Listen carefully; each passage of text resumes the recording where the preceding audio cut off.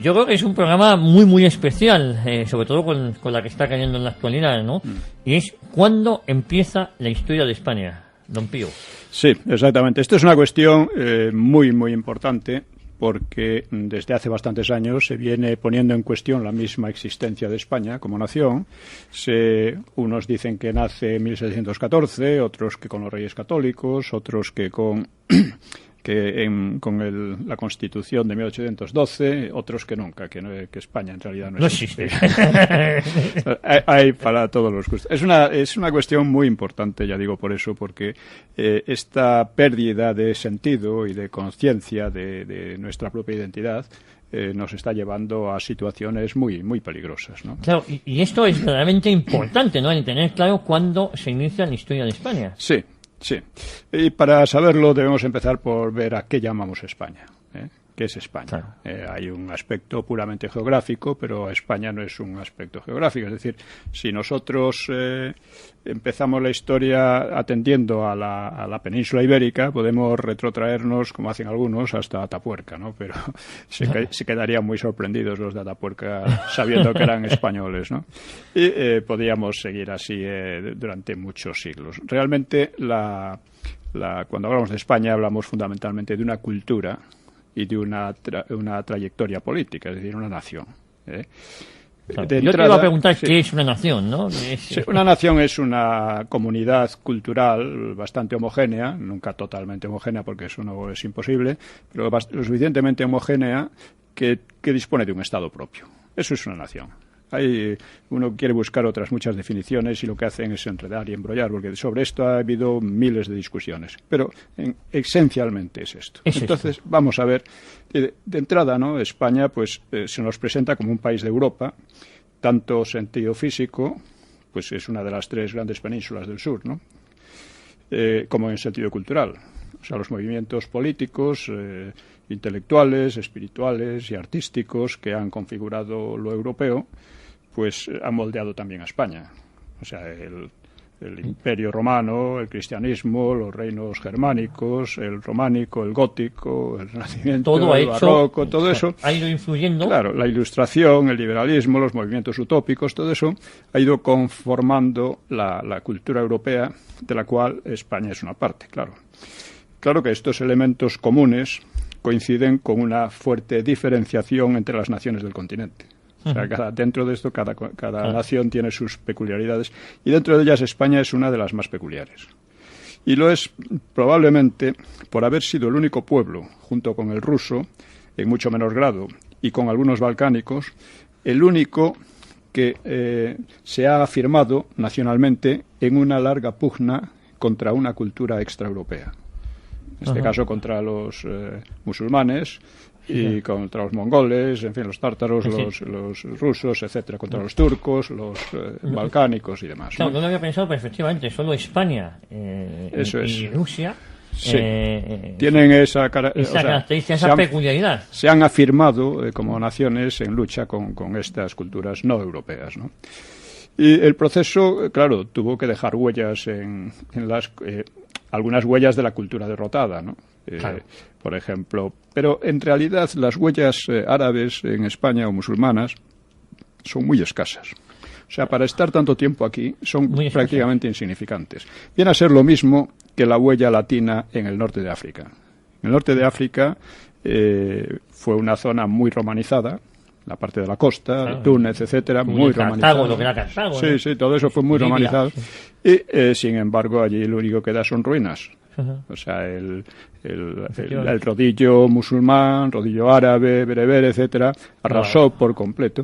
Y de la misma manera podemos decir que aquí las reminiscencias árabes, musulmanas, son muy escasas. Son un poco de folclore, algo en la comida, aunque claro, la comida española es la comida del cerdo, precisamente en gran medida, ¿no? Sí, la gastronomía del cerdo, ¿no? Y así en 4 cosas más. Y algunos monumentos que son prácticamente arqueología, ¿no? Igual que pasa con los monumentos romanos en el norte de África. Pero es verdad, porque tampoco hay una mayoría que procese, por ejemplo, la religión musulmana, ¿no? Que en otras culturas cuando ha habido esa influencia, como puede ser en Bosnia por parte de los turcos. Sí. No, aquí no, aquí no. Quedaron los moriscos, pero eran una quinta columna de un imperio turco y tal, que era totalmente hostil y al final fueron expulsados. No es que no cabía otro. No. Ya hablaremos de esas cosas también. Hay otra decisiva peculiaridad de España, ¿no? Que ha sido su expansión ultramarina. Una expansión mundial en los siglos XVI al XVIII. Un fenómeno que solo Portugal e Inglaterra han compartido en proporción similar. O sea, solo lo compartimos con Portugal e Inglaterra en esa proporción. Por supuesto, también ha habido Francia, Holanda y tal, pero mucho menor. No es la proporción que tiene España, la misma Portugal o Inglaterra. Sí, y encontramos también pues afinidades con Polonia e Irlanda como países católicos de frontera. O sea, Irlanda frente a los protestantes, a los anglicanos, Polonia frente a los ortodoxos por una parte y los protestantes por otra, y España frente a los musulmanes, ¿no?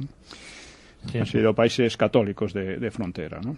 También podemos encontrar ciertas afinidades con Rusia, por cuanto España y Rusia emprendieron su expansión imperial más o menos por la misma época. Tuvieron una ilustración y un liberalismo bastante más débiles que los de la Europa centro-occidental, sí. Y la impronta de los utopismos de los siglos XIX y XX han sido más fuertes también aquí en España y en Rusia, curiosamente. Sí, claro, es lo que tú dices, porque somos la frontera, por un lado, ¿no? Sí.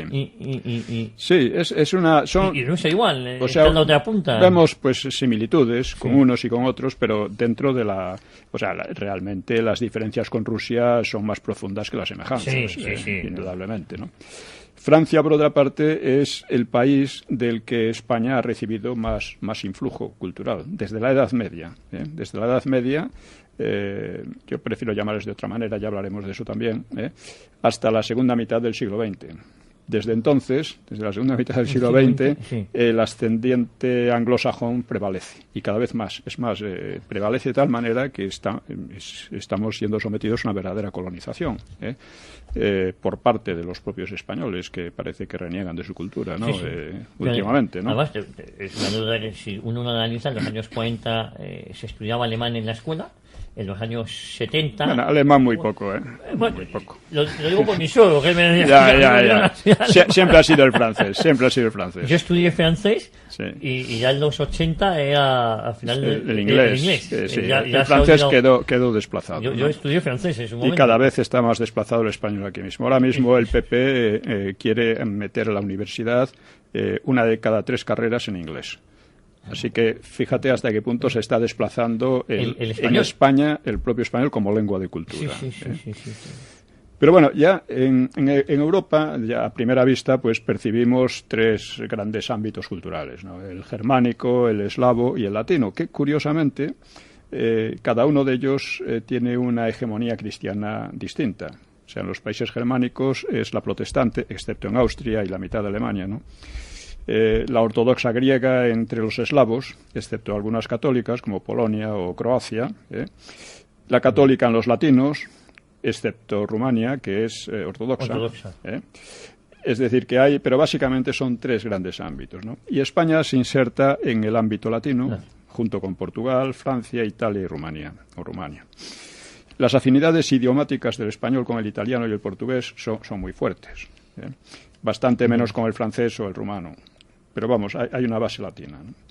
Y hoy pues hay unos 850 millones de personas en el mundo, una por cada 8 habitantes del planeta, que hablan lenguas derivadas del latín. Del latín. Eso es. 850 millones de personas. Sí, que es una herencia directa de Roma. Y la mitad de esos 850 millones corresponden al español. Que es la lengua latina más extendida y la segunda más hablada del mundo occidental, después del inglés, ¿no? O incluso igual que el inglés, pero vamos, culturalmente hoy día es muy inferior, ¿no? Muy bien. Y es también una de las pocas naciones europeas, junto con Portugal, Inglaterra, Rusia y Francia, que han creado un amplio espacio cultural propio. En el caso español, sobre todo en América, con enclaves o restos pues en África, Asia y Oceanía. Luego, si vamos al aspecto físico, pues España es el país más extenso de Europa Occidental después de Francia y el cuarto, incluyendo a Rusia y a Ucrania. Y probablemente es el más variado. O sea, en España es posible andar casi 1000 kilómetros entre montañas, bosques y verdor, desde el Cabo de Creus al de Finisterre, por ejemplo, o cientos de kilómetros por tierras llanas, poco arboladas y bastante secas, ¿no? En Castilla, ¿no? En las grandes mesetas, claro. Su clima y su flora cambian de norte a sur, desde la verde Galicia a la semidesértica Almería.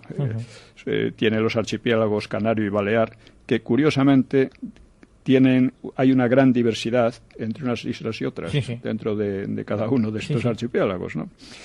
Y, sin embargo, porque se ha insistido mucho en esta variedad física de España, ¿no? España forma un conjunto geográfico unitario y diferenciado, quizá el más unitario y diferenciado de Europa después de las Islas Británicas. Es una península muy clara, está muy claramente definida, separada por los Pirineos, etcétera, ¿no? Y de hecho, la península ibérica forma casi una isla. O sea, con un istmo comparativamente estrecho y ocupado por una cordillera abrupta, ¿no? Que estorba la comunicación casi tanto como un brazo de mar, ¿no? Y junto a otras dos grandes penínsulas europeas del Mediterráneo, o sea, la itálica y la griega, más bien que los imprecisos Balcanes, ¿no? Pues compone un ámbito geofísico muy distinto de la gran llanura húmeda surcada por anchos ríos navegables que forma la mayor parte del continente, desde los Pirineos de Europa hasta los Urales, ¿no? Estas tres penínsulas tienen las tierras más montañosas, de clima más cálido y seco.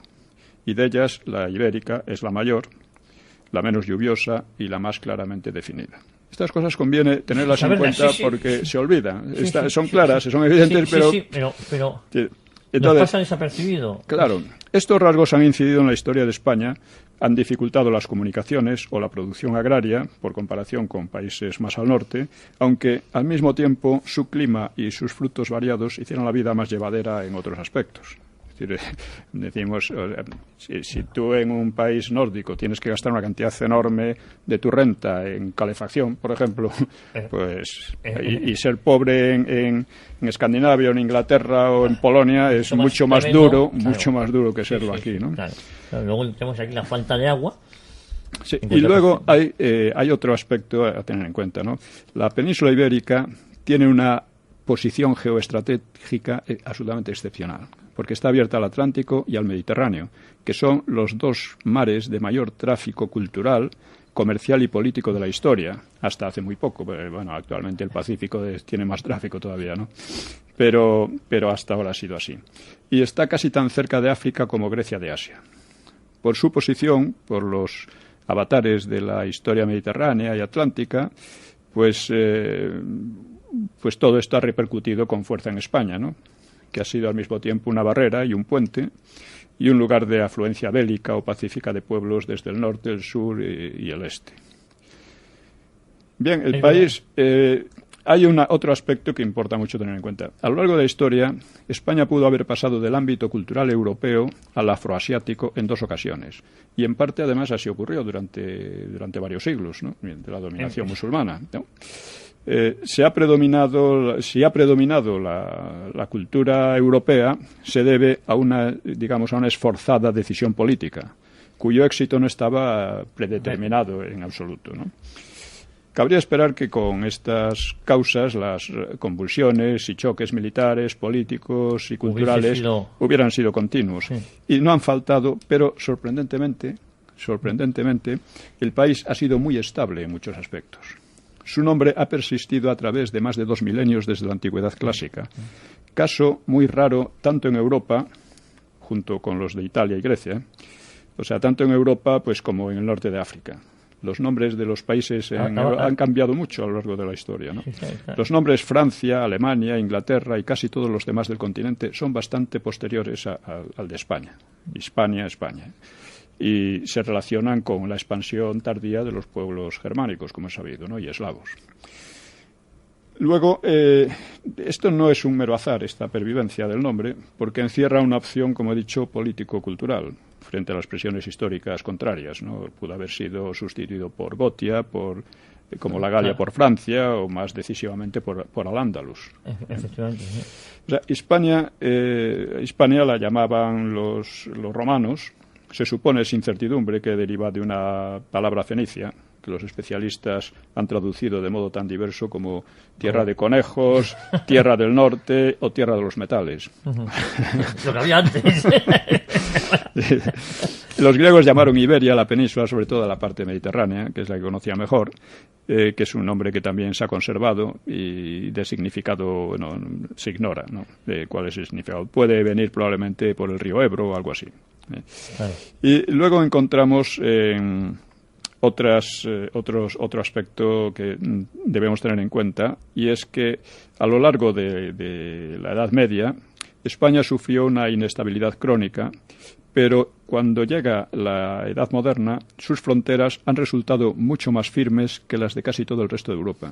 España tiene las fronteras más antiguas casi de toda Europa, ¿no?, quitando Portugal y alguno, no sé si algún otro, yo creo que incluso ningún otro, ¿no? Absolutamente delimitado siempre. Sí.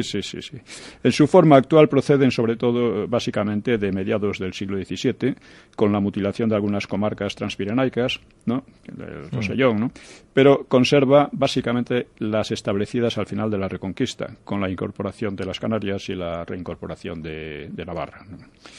La frontera con Portugal permanece apenas modificada también, y si vemos, importa decir esto porque en contraste, las fronteras de Italia, Bélgica, Holanda, etcétera, datan del siglo XIX. Las de Suecia y Noruega de principios del XX. De 1922 es de donde las actuales del Reino Unido, cuando Irlanda se separa, ¿no?, y las de Alemania de 1945. Y lo mismo las de Polonia, Rumania o Hungría. Todas han cambiado. Son recentísimas. La española es de las más antiguas, las más estables, ¿no?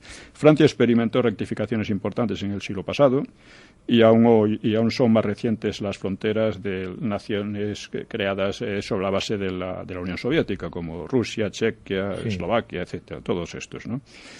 Y España, además, otra cosa importante, solo sufrió una invasión real en los últimos 5 siglos, mientras que solo en el siglo XX muchos países del continente han sufrido al menos 2 invasiones. Estas cosas conviene tenerlas en cuenta, porque permiten tener una idea un poco clara de lo que es el país. Pero me va a permitir usted que, gracias a estos análisis que hacemos, nos queda claro, porque cosas que supuestamente conocemos, pero si uno no lo pone en contraposición con en las fronteras del resto de Europa, no nos damos cuenta de la importancia que tiene España, ¿no? Hay que tener en cuenta esto, o sea, porque muchas veces parece que se habla de España como sin relacionarlo con el resto de Europa, y es muy importante. España es parte de Europa, siempre lo ha sido por una decisión político-cultural, porque pudo haberse convertido en un país más del Magreb, vamos, como los del Magreb, ¿no? Y pudo haber ocurrido, ¿no? Y ver sus particularidades, ¿no? O sea, luego, étnicamente también, la población española, pues, es muy homogénea. Es muy homogénea y eso se ve a simple vista, ¿no? Es un pueblo mediterráneo con una pequeña aportación céltica y germánica y otra más pequeña todavía, pues, de bereber y demás, ¿no? Y semítica, ¿no? Cuando, al despuntar la historia, la que conocida, ¿no?, los pobladores de la península se distribuían, según la tradición, en íberos y celtas. Los íberos, de lengua no indoeuropea, vivían en una ancha franja mediterránea, ¿no?, desde el Ródano hasta el sur de Portugal, y en el resto, excepto algunas zonas cantábricas y pirenaicas, las lenguas parecen ser indoeuropeas. Por la aculturación de una población anterior sometida por tribus celtas, seguramente, ¿no?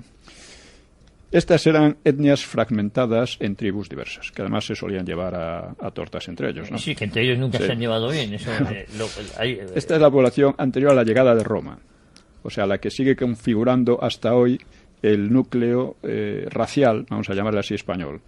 Pues las aportaciones externas posteriores no llegaron en ningún caso al 10% de la población local y seguramente bastante menos, aunque lo matizaran culturalmente de muchas maneras. De hecho, yo he visto que sea mapas genéticos de Europa y el mapa genético español es muy homogéneo y muy más homogéneo que el italiano, por ejemplo, y muy parecido al de Europa occidental, sobre todo la Europa atlántica, ¿no?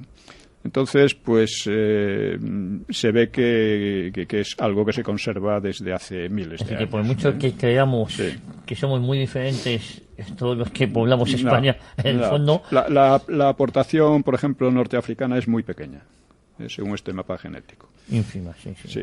Y así, bueno, así vinieron aquí semitas, fenicios y cartagineses, griegos, contingentes más nutridos de latinos, de romanos, y con ellos grupos de judíos, sirios y galos, ¿no? Siempre ha habido bastante corriente con Francia, ¿no? Sí. Con Francia, ¿no? Y vinieron también eslavos en condiciones de esclavitud, sobre todo al Andalus, y así otros. Actualmente vienen muchos turistas, ¿no? Sí, ahora es otra historia lo que viene, sobre todo a las Baleares. Sí, la Reconquista trajo, en fin, llegaron también los gitanos. Los gitanos de Hungría, ¿no? O Rumanía. Sí, el origen parece ser en la India, ¿no? Pero han llegado aquí desde el centro de Europa y por ahí, ¿no? Luego los moriscos, etcétera. Pero lo más importante han sido las migraciones internas.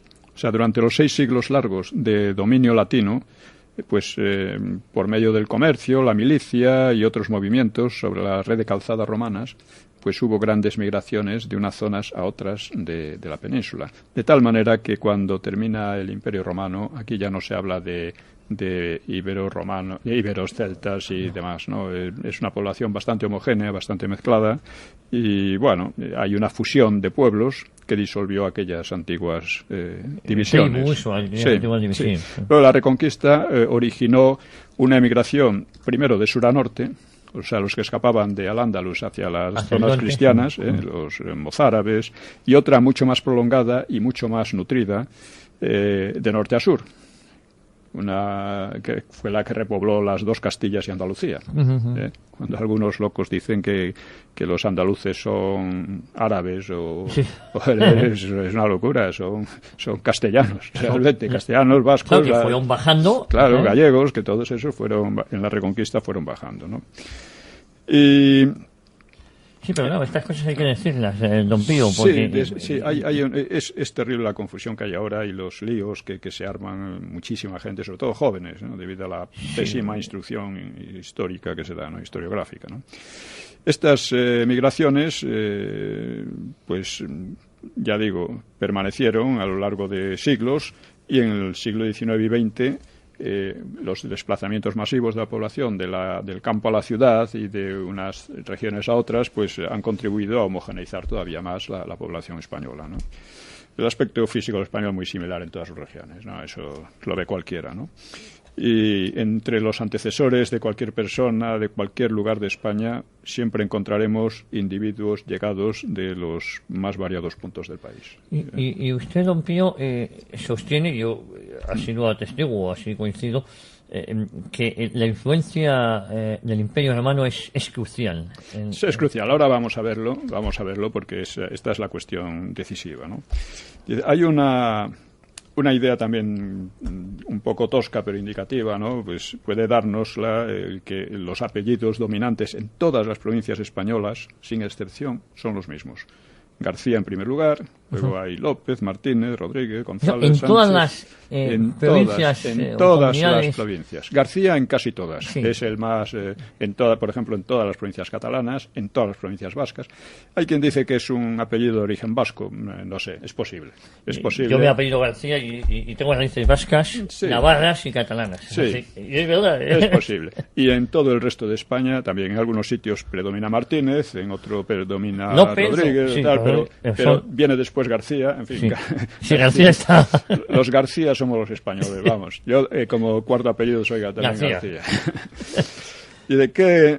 Bueno, o sea, esta homogeneidad tiene una importancia, ¿no?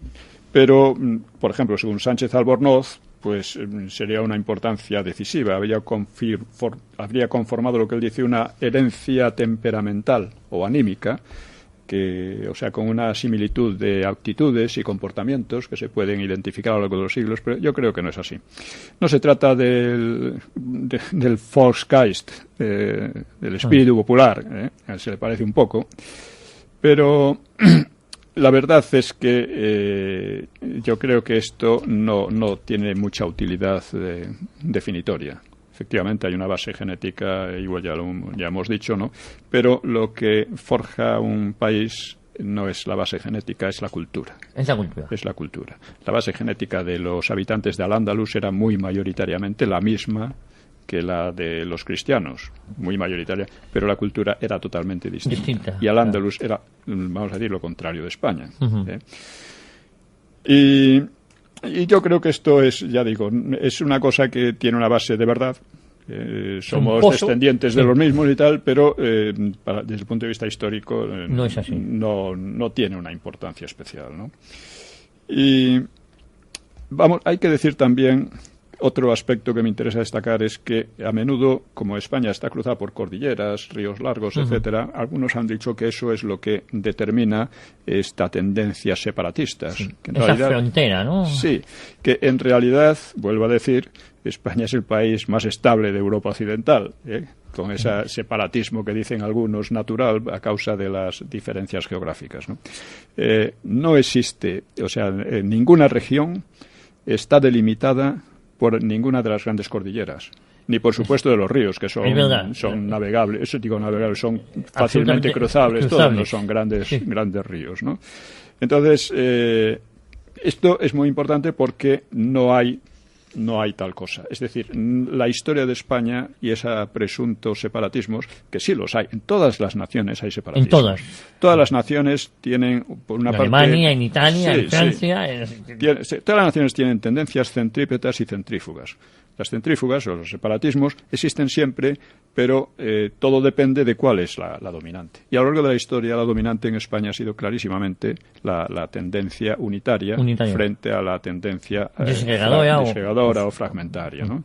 Y esto, ya digo, quienes sostienen eso, el problema de las cordilleras que dividen amplias zonas, tendrían que demostrar que conforme a esas cordilleras se han establecido límites entre las regiones, y no ha sido así.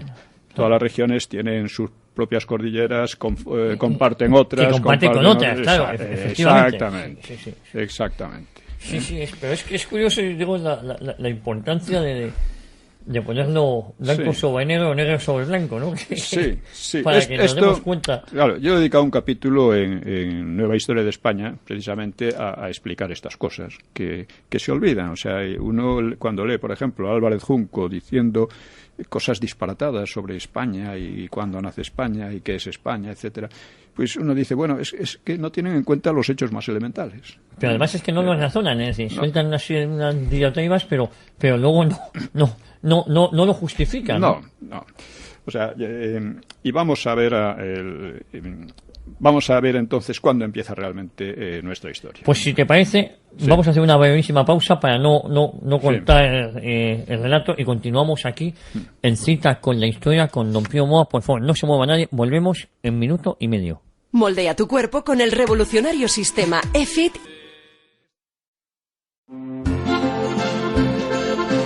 Pues continuamos aquí en Cita con la Historia y antes de continuar, recordar que muchas de las cosas que hoy estamos diciendo aquí están yo creo que es el libro más importante de don Pío Moa, que es Nueva Historia de España. Nueva Historia de España, que edita Esfera de los Libros, y si no me equivoco, don Pío fue publicado en el 2011. Eso es. Pues importante, pídaselo a su libro de confianza, Nueva Historia de España, editado por Esfera de los Libros. Sí, es el libro más ambicioso. ¿No? Tienes mucho de reconocido prestigio, pero este es clave. Es un reenfoque general de la historia, con tesis distintas de las habituales en casi todos los puntos. Siendo así, debiera haber dado lugar a debate, pero por desgracia el nivel intelectual en España es bastante bajo y se muestra en eso, la falta de debate, y no porque no haya problemas. España es un país que está hoy día lleno de problemas, pero en un debate de altura no hay. Hay además otra cuestión, y es que, por ejemplo, los analistas políticos, la mayor parte de ellos tienen ideas muy confusas sobre la historia de su propio país. Entonces, claro, los análisis que hacen, si tú no tienes un basamento histórico, una base histórica, pues los análisis son siempre superficiales, ¿no?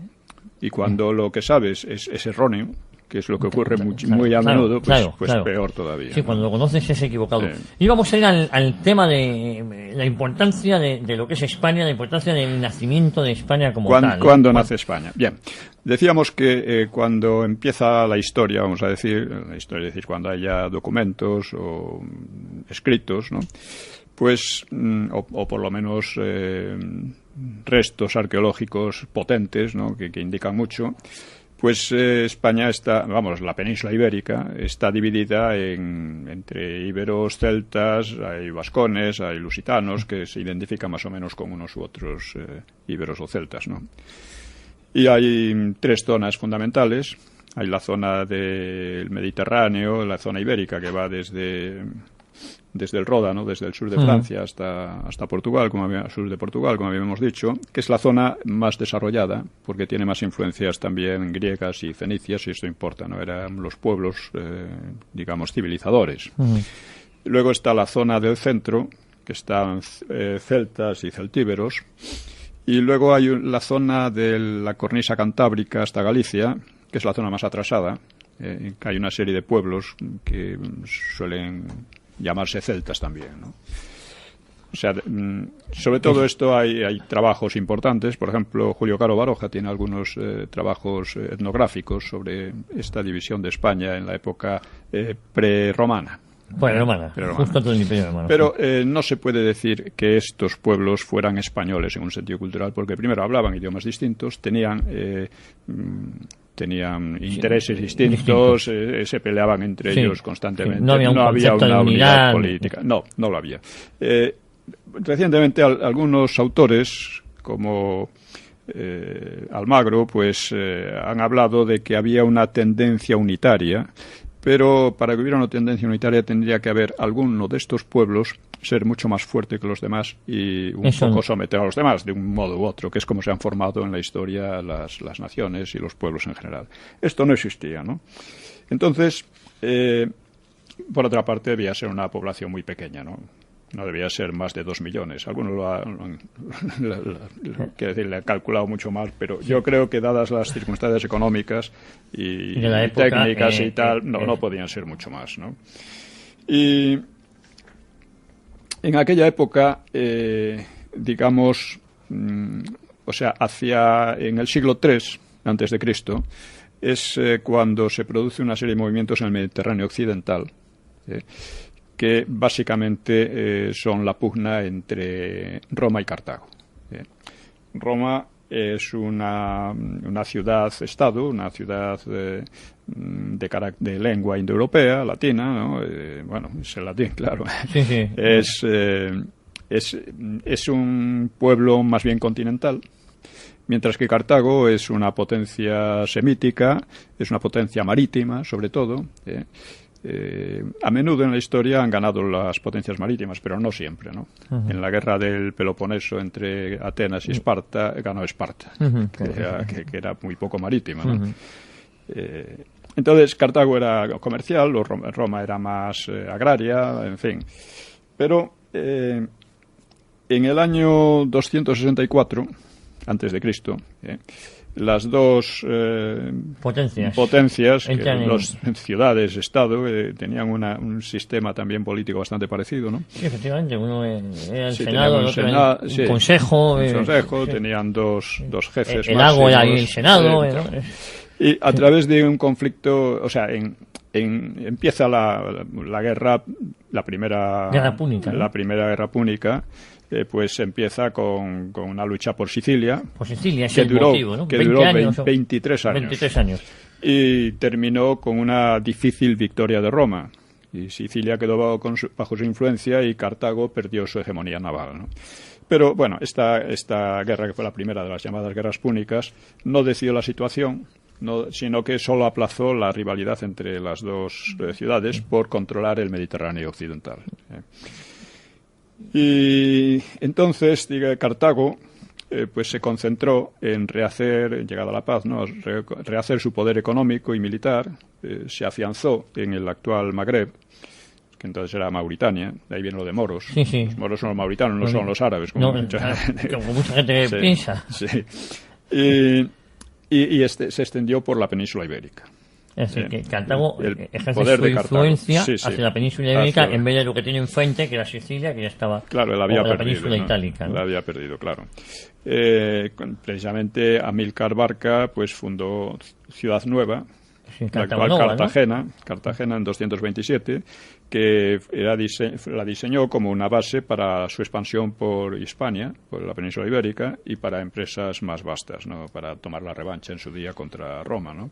Quizás los Barca era la familia más influyente de Sí, Cartago, sí, ¿no? pero No, tenía sí. muchos rivales, ¿no? Entonces, esta expansión por La península ibérica, sí. Iberia, pues les resultó bastante caro a la familia Barca, ¿no? Porque Amílcar y Asdrúbal lo pagaron con su vida en enfrentamientos con los Las indígenas. tribus o las indígenas Sí, de la zona, sí. sí. Y Aníbal fue el que ya desarrolló todo el plan, toda la estrategia para destruir a Roma, acabar con la influencia de Roma y efectivamente, todos sabemos, en el 219 empezó con un ataque a Sagunto, Lo que motivó que era una ciudad comercial, próspera, ibérica, helenizada, muy helenizada, y aliada de Roma, ¿no? y aliada de Roma. Y la ciudad pertenecía al área de influencia cartaginesa acordada en la paz después de la Primera Guerra Púnica, ¿no? Pero Aníbal sabía que con eso era prácticamente Una declaración declarar de guerra. la guerra a Roma. Por cierto, que los romanos luego mandaron enviados a la península ibérica, a España, vamos a seguir llamándolo España, aunque, Sí. y, mandaban enviados para conseguir aliados y tal, pero el hecho de que dejaran abandonada Sagunto Sí. hizo que muchos les dieran la contestaran espalda, que les dieran la espalda totalmente, ¿no? Entonces, en aquel momento, España se configuraba como la base económica y también de reclutamiento de mercenarios, etcétera, para Cartago. Y con estos, y con celtas, Y con baleáricos, ¿no? baleáricos, con gente magrebí, Sí. o sea, mauritanos, etcétera. Y libios, sí. Sí. Y pues con estos emprendió la lucha, la famosa Marcha hacia los guerra, Alpes. primero a los Alpes, una decisión un poco demencial, pero bueno, porque le costó casi la mitad del ejército. Sí, el ejército muy allí. Fue una cosa... pero quedó como una hazaña, en cierto modo lo fue, pero vamos, podía verse, si fue después de eso, fue capaz de derrotar a los romanos una y otra vez, Si llega podía a haberlo mantener su derrotado ejército. porque los romanos fueron a su encuentro en el Ródano, Sí. y les encontraron con que Aníbal había marchado hacia el norte, hacia los Alpes, ¿no? Entonces, si los había derrotado antes, podía haberlos derrotado en el Ródano también. Pues, sí. Bien, el caso es que, bueno, llegó a Cannas. Bueno, la Cannas fue la mayor victoria, fue una victoria verdaderamente asombrosa. Con menos tropas, consiguió destrozar las legiones romanas, que había hecho un esfuerzo enorme para después de haber sufrido varias derrotas Roma, ¿no? Y ahí tuvo la ocasión de acabar con Roma. Tuvo la gran ocasión de acabar con Roma. Y sin embargo no la aprovechó. ¿Qué motiva ese parón, efectivamente? Porque los historiadores ahí... Pues efectivamente. Pues por un lado no saben si es la... O sea, en el momento decisivo, pues Aníbal, que había sido tan audaz, pues vaciló. Sus hombres estaban agotados, es verdad. No había recibido refuerzos de Cartago, que los había pedido, y allí otra familia estaba intrigando para no mandárselos, ¿no?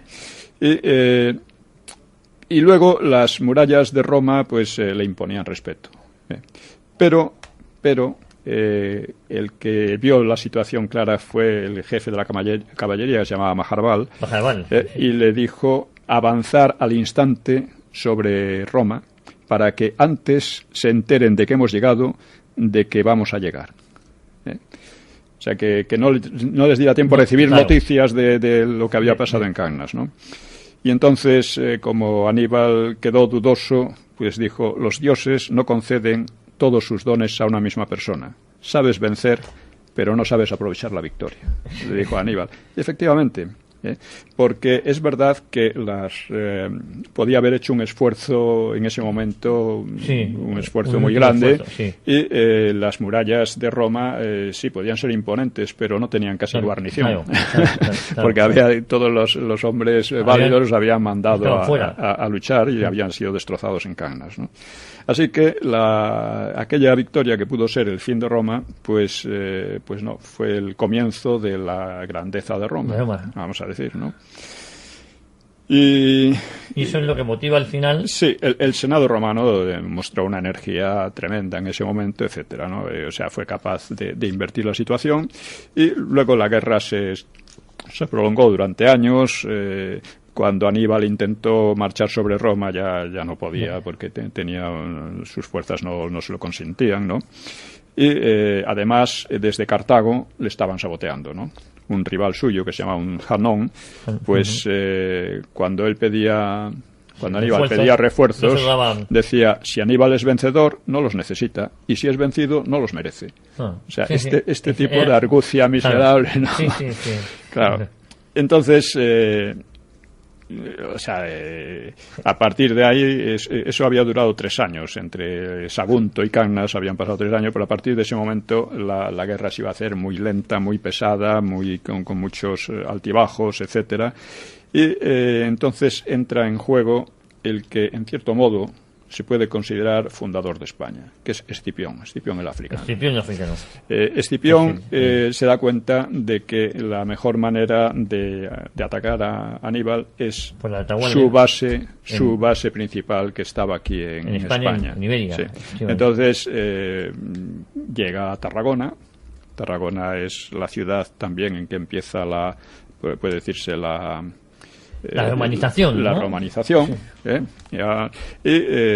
Con unas acciones muy audaces, pues conquista Cartagena, Cartago Nova, ¿no?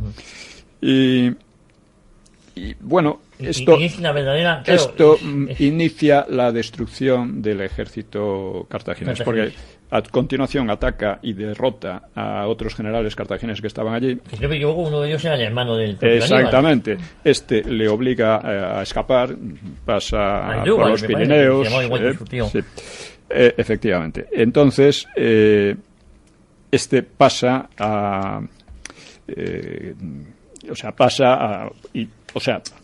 de España. Y escapa de España, y curiosamente hay una teoría curiosa que dice que los vascos en realidad descienden de partes del ejército que escaparon, que en lugar de seguir con Asdrúbal hacia Italia, escaparon. Escaparon y se fueron a Vasconia. Y se fueron porque pasaron por allí, ¿no? Había también mercenarios vascones entre ellos.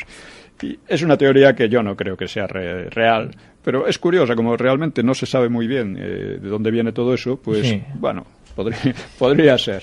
Pero fíjate, hemos llegado a Escipión, y efectivamente Escipión es el que inicia la romanización de España, y curiosamente empieza por Tarragona. Por Tarragona. Sí, bueno, pero vamos allá. Vamos allá.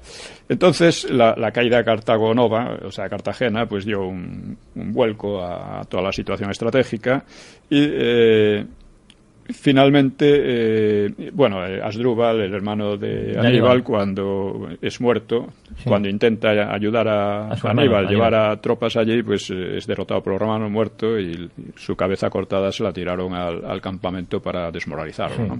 A Aníbal, ¿no? y a los suyos, ¿no? Bueno, la guerra duró 19 años. Esta guerra entre la Segunda Guerra Púnica.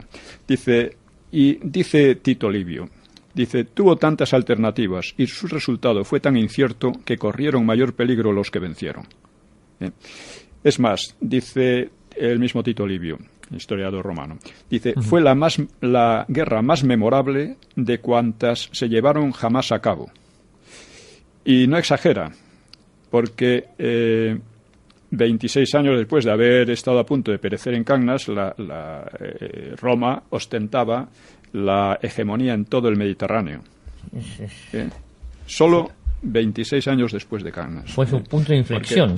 A continuación, era la potencia dominante, y llegaría más tarde a dominar por completo las dos orillas del Mediterráneo. Una situación política y estratégica que nunca antes se había conocido y nunca se volvería a conocer.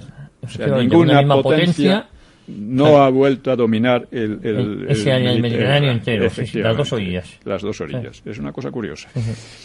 Pero la proyección de la guerra alcanza mucho más de todo lo que pudo imaginar Tito Livio o sus contemporáneos. Dice, porque si Aníbal hubiera tenido éxito, y estuvo muy cerca de tenerlo, pues el Imperio Romano nunca habría llegado a existir. Y si el Imperio Romano no llega a existir ni la... esta civilización tal y como la conocemos, ¿no? No, por supuesto, ¿no? Eso supone... eso es el comienzo de toda la historia de Occidente. De toda la historia de Europa, de Europa occidental. Además, Roma, por muy salvaje que nos la puedan pintar, pero en esa época era muy avanzada, ¿no? Ya se hablaba del derecho romano, había cuestiones muy avanzadas por encima de las tribus o las zonas germánicas, incluso de los galos. Quizá Europa no habría llegado a conformarse. Y por lo que atañe es decir, digamos que podemos decir que fue la guerra del destino. Sí. La guerra que marcó el destino de España y de Europa. Sin eso, si hubiera ganado Aníbal, la historia habría sido completamente distinta.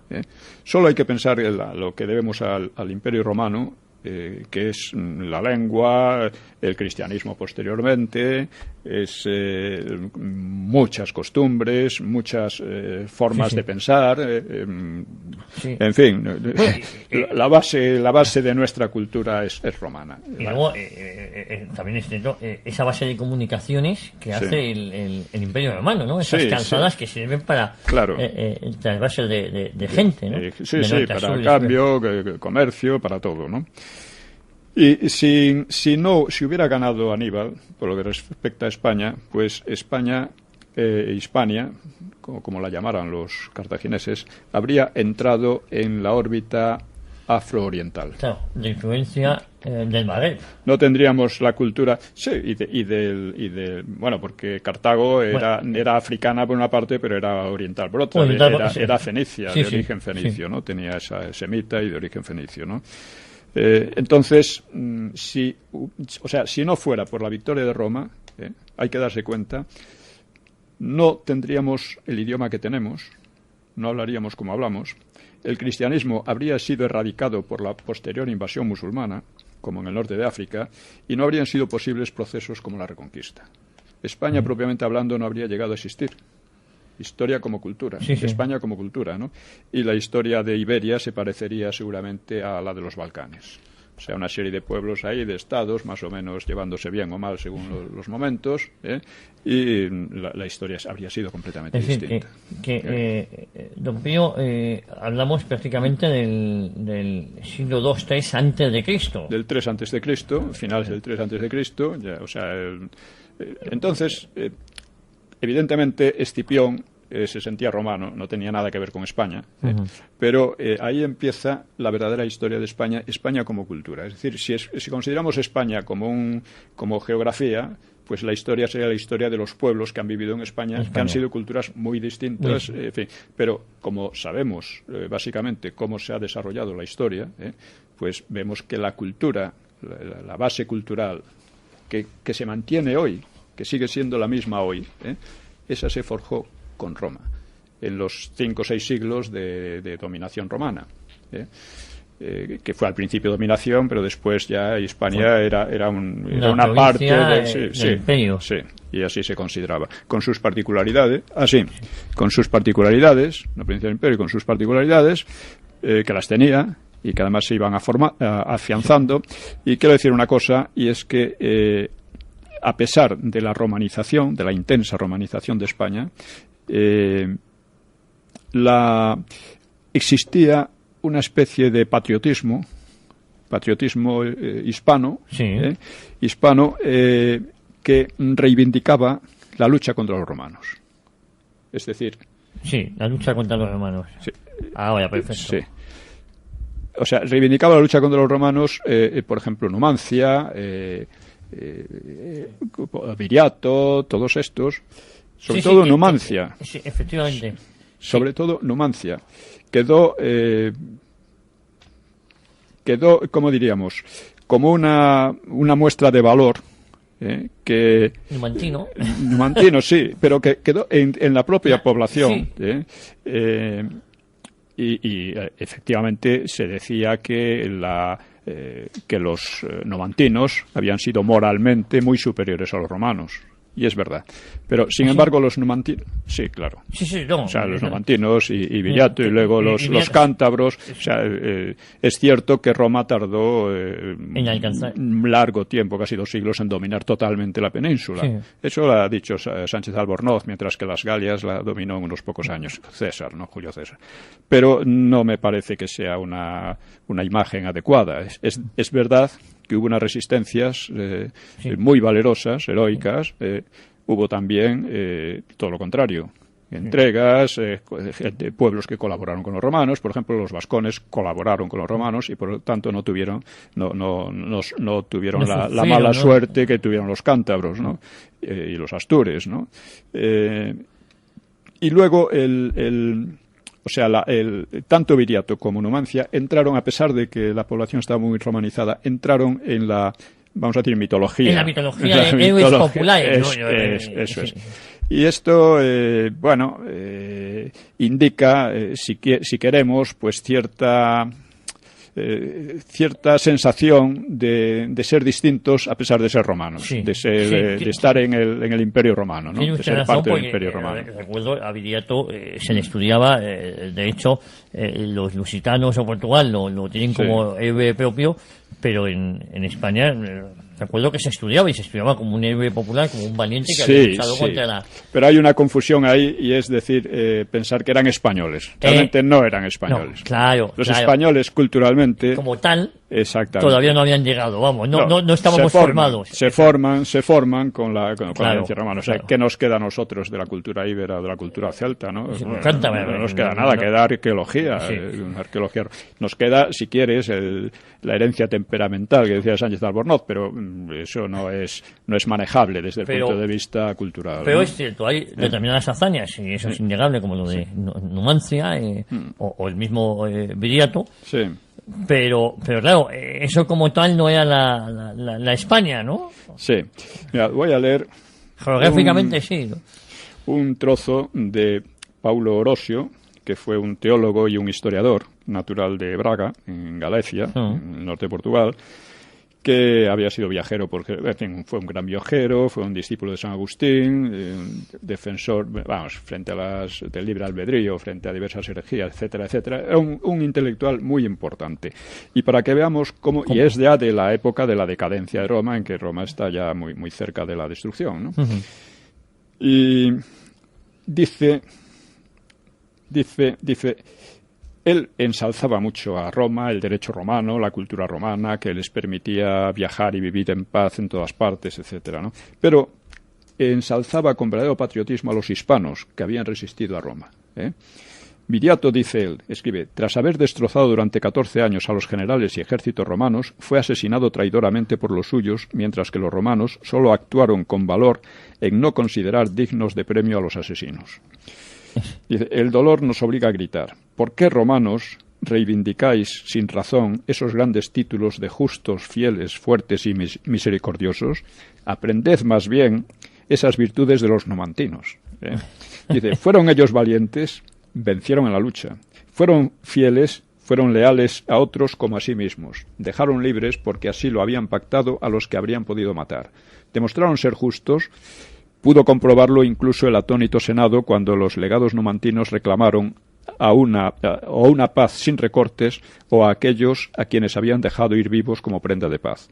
¿Dieron alguna vez pruebas de misericordia? Bastantes dieron, dejando marchar al ejército enemigo con vida y no aceptando el castigo de Mancino. Destruida Numancia, los romanos ni siquiera se consideraron vencedores. Roma no vio razón para conceder el triunfo. A ver si ahora estos tiempos son incluidos entre los felices, no ya por los hispanos abatidos y agotados por tantas guerras, pero ni aun por los romanos, afectados por tantas desgracias y tantas veces derrotados. Por no contar el número de pretores, legados, cónsules, legiones y ejércitos que fueron vencidos. Recuerdo solo esto. El loco temor de los romanos los debilitó a tal punto que no podían sujetar los pies ni fortalecer su ánimo ni siquiera ante un ensayo de combate. Es más, en cuanto veían a un hispano, sobre todo si era enemigo, se daban a la fuga, sintiéndose vencidos antes de ser vistos. Exageraba algo, pero es verdad que esto se ve también no solo en Orosio, se ve en otros escritores, como se llamaba la memoria... No, pero es conocidísimo. El autor de los epigramas, el más famoso autor de los epigramas, que era hispano. Bueno. Le vendrá usted la memoria en un momento. Bueno, es casi vergonzoso. Cuando se habla por ejemplo, de los Séneca, que muchos dicen, ¿eran españoles o no eran españoles? Pues claro, no eran españoles. Geográficamente habían nacido aquí eran de origen romano, Séneca, Lucano, pero había en ellos un sentimiento hispano. O sea, es el de los epigramas. Posible. Marcial, hombre. Marcial. Habla de los celtíberos. Tiene algunas frases muy buenas. Le dice algo así como a un griego que era muy afeminado, le dice, ¿por qué me llamas hermano? No me acuerdo cómo se llamaba. Tú que vas depilado, que vas con perfumes, que no sé qué, no sé cuánto, dice, yo que soy un celtíbero que tiene pelos en las piernas, no sé, dice una serie de cosas, dice, deja de llamarme hermano o tendré que llamarte a ti hermana. Pues, don Pío, no ha habido tiempo para más. Yo creo que esto merecerá a lo mejor una segunda parte cuando usted lo crea conveniente, ¿eh? Sí, la próxima semana vamos a hablar de un tema más actual y vamos así alternando. Estupendo.